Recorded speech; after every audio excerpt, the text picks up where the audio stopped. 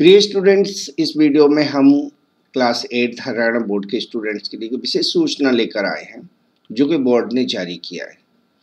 देखिए यहाँ लिखा हुआ है हरियाणा विद्यालय शिक्षा बोर्ड।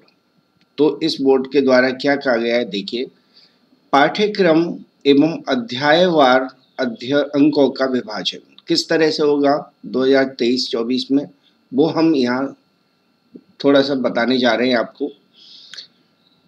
मैथ सब्जेक्ट के बारे में है ये, अन्य सब्जेक्ट के बारे में भी हम बताएंगे।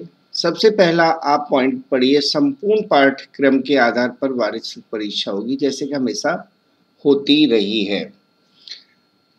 आगे देखिए, वार्षिक परीक्षा 80 अंकों की होगी तथा आंतरिक मूल्यांकन 20 अंकों का होगा। ये इसमें भी कोई ज़्यादा परिवर्तन नहीं किया गया है, सेम है।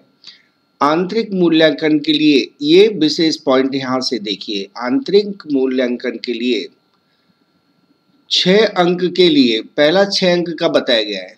जुलाई व नवंबर माह में 2 सेट परीक्षाएं आयोजित की जाएंगी जिनका अंतिम आंतरिक मूल्यांकन 4 का भारांश होगा, 4 अंकों का भारांश होगा। यानी जुलाई और नवंबर में जो परीक्षा ली जाएंगी उनमें से 4 अंक दिए जाएंगे और जनवरी माह में जो परीक्षा होगी 80 नंबर की, उसमें से 2 अंकों का भारांश लिया जाएगा। ठीक है, यानी आपको परीक्षा देना अनिवार्य होगा, अदरवाइज आपके सीसीई नंबर कट जाएंगे। अगला 2 अंकों के लिए अर्धवार्षिक परीक्षा 40 अंकों की होगी, उसमें से 2 अंक लिए जाएंगे। ठीक है, तो 4, 2, 6 और 2, 8 अंक हो गए। अगला 2 अंकों के लिए विषय शिक्षक CRP कक्ष में भागीदारी, यानी जो कोई भी प्रोग्राम होता है उससे रिलेटेड बच्चों को 2 अंक दिए जाएंगे। ठीक है, 10 अंक हो गए। अब 5 अंकों के लिए हम देखें तो छात्रों द्वारा प्रत्येक विषय से संबंधित एक परियोजना कार्य करवाया जाएगा जिसका अंतिम आंतरिक मूल्यांकन 5 अंकों का होगा। यानी सभी सब्जेक्ट्स का एक आंतरिक मूल्यांकन के लिए प्रोजेक्शन किया जाएगा, प्रोजेक्ट फाइल वगैरह या जो भी है वो बनाया जाएगा। ठीक है, यानी 15 अंक हो गए। बाकी 5 अंक रहे वो आपकी अनुपस्थिति और उपस्थिति के आधार पर दिए जाएंगे। यानी जो छात्र 75 से 80% उपस्थित रहता है कक्षा में उसे 1 अंक, 80 से 85% 2 अंक, 85 से 90% 3 अंक, 90 से अधिक यानी 95% तक 4 अंक और जो विद्यार्थी 95% से अधिक उपस्थित रहेंगे उन्हीं को 5 अंक दिए जाएंगे। ठीक है, आगे देखें, चैप्टर्स हैं वास्तविक संख्याएं, बहुपद, 2 चर वाले समीकरण, द्विघात समीकरण, समांतर श्रेणियां, निर्देशांक ज्योमेट्री। ये आपको अंक वाइज दिया गया है, 20 अंक का ही आएगा। ठीक है, और निर्देशांक ज्योमेट्री है वो 6 नंबर की आएगी। त्रिभुज और वृत्त से रिलेटेड 15 नंबर का हो गया। ठीक है, त्रिकोणमिति का परिचय, त्रिकोणमिति के अनुप्रयोग 12 नंबर का। वृत्त से संबंधित क्षेत्रफल, पृष्ठीय क्षेत्रफल, आयतन 10 अंक का।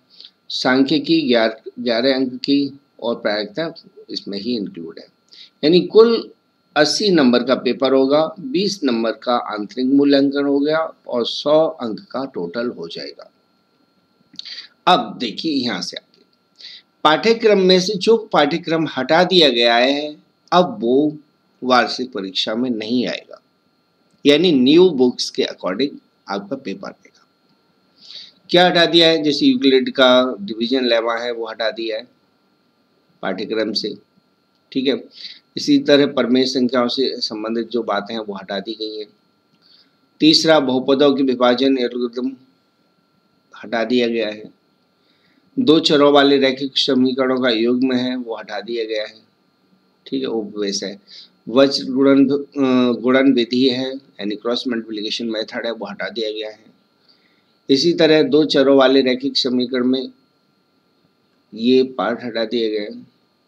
ठीक है, अगला देखेंगे द्विघात समीकरण से संबंधित पूर्ण वर्ग बनाने की विधि है, वो हटा दी गई है। अब पूर्ण वर्ग बनाकर जो सवाल आते थे वो नहीं आएंगे। ठीक है, बाकी सब पुराना है इसलिए मैं उसको नहीं बता रहा। त्रिभुज का क्षेत्रफल हटा दिया गया है। ठीक है, आगे देखें हम त्रिभुज से संबंधित अब कुछ विशेष बातें भी मैं बताऊंगा आपको। समरूप त्रिभुजों के क्षेत्रफल हटा दिए गए हैं। पाइथागोरस प्रमेय हटा दी गई है। ठीक है, एक एक्सरसाइज यहाँ या दो एक्सरसाइज यहाँ कम कर दी गई हैं। वृत्तों से संबंधित यानी 10th चैप्टर में कोई चेंजिंग नहीं है। 8th त्रिकोणमिति में पूरक कोणों के त्रिकोणमितीय अनुपात हटा दिए गए हैं। बाकी पूरे चैप्टर में कोई भी परिवर्तन नहीं है। 11 यूनिट पूरा हटा दिया है। अब कंस्ट्रक्शन से रिलेटेड सवाल नहीं आएंगे। वृत्त का परिमाप और क्षेत्रफल, ठीक है, area and perimeter of circles हटा दिए गए हैं। समतल आकृतियों के संयोजन के क्षेत्रफल ये भी हटा दी गई है। ठीक है, एक ठोस आकार से दूसरे आकार में रूपांतरण ये पाठ्यक्रम से हटा दिया गया है। और शंकु वो जो एक और पार्ट था वो भी हटा दिया गया है जिसे हम कहते हैं area of frustum, volume of frustum. ठीक है, आगे देखें संचयी बारंबारता बंटन का आलेखीय निरूपण ये हटा दिया गया, यानी 14.4 एक्सरसाइज हुआ करती थी वो अब नहीं है। ठीक है, इसी तरह प्रायिकता से 15.2 हटा दी गई है, 15.1 अभी भी है। ठीक है, आगे हम देखें तो ये हमें दिया हुआ है कौन से महीने में क्या पढ़ाया जाना चाहिए। अप्रैल में वास्तविक संख्याएं बहुपद, ये 2 चैप्टर पढ़ा लीजिए 18 पीरियड के अंदर। 5 दोहराई के पीरियड है, हमें इस रिवीजन के लिए।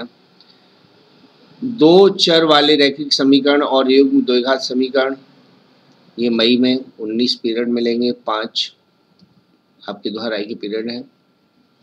जुलाई सांख्यिकी और प्रायिकता ये 2 पढ़ाने हैं 18 पीरियड, 5 दोहराई के लिए। उसके बाद अगस्त में त्रिभुज और निर्देशांक ज्योमेट्री को पढ़ाया जाना चाहिए टीचरों के अकॉर्डिंग, टीचरों को, तो 19 पीरियड और 5 एक्स्ट्रा पीरियड में है। सितंबर में समानांतर श्रेणियां अर्धवार्षिक परीक्षा होगी सितंबर में, और एक चैप्टर भी पढ़ाना है। 10 पीरियड और 5 पीरियड रिवीजन के मिलेंगे। अक्टूबर में त्रिकोणमिति का भूमिका, यूक्लिड की ज्योमेट्री, त्रिकोणमिति के कुछ प्रयोग ये कराया जाना है 18 और 5 पीरियड। नवंबर में वृत्त और वृत्त से संबंधित क्षेत्रफल 18 और 5। दिसंबर में पृष्ठीय क्षेत्रफल का आयतन 15 और 10 पीरियड में। उसके बाद जनवरी में दोहराई और फरवरी में दोहराई रिवीजन होगा। मार्च में वार्षिक परीक्षा हो जाएगी।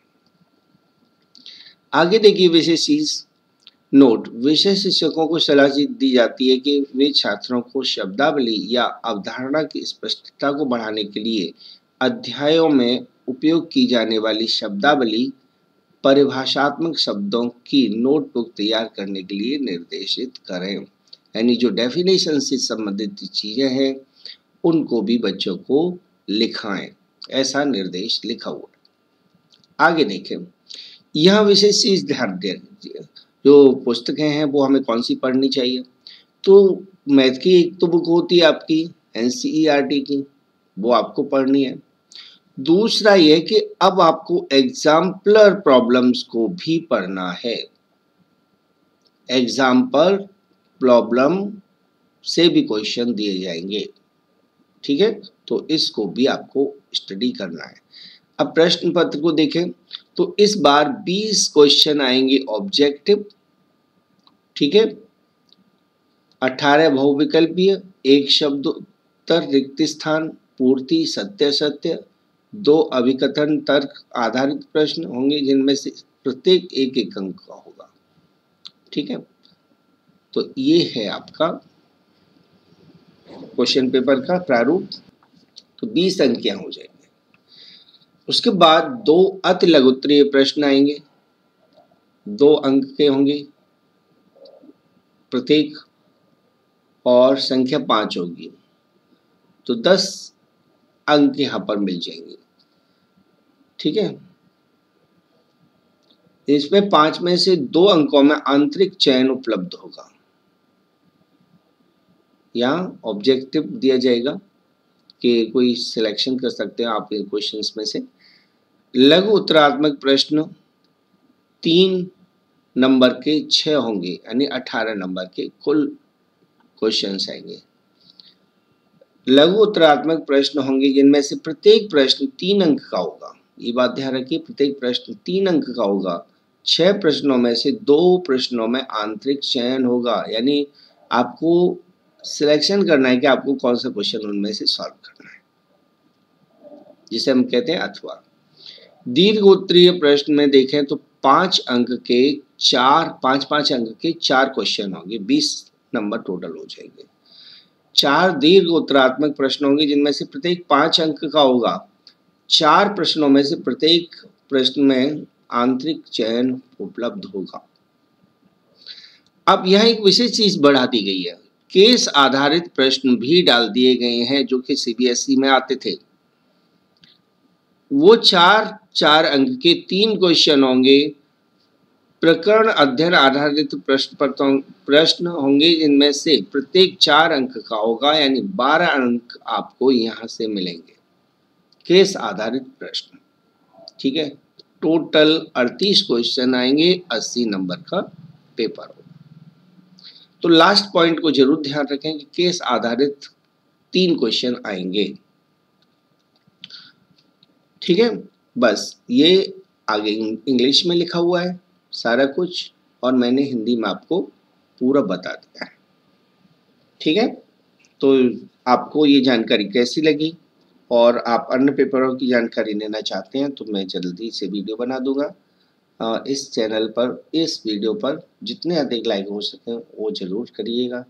Thanks for watching. यदि वीडियो पसंद आया हो तो please like, share and subscribe जरूर करके जाइएगा, ताकि आपको टाइम टू टाइम वीडियोस का नोटिफिकेशन मिलता रहे। Thanks for watching.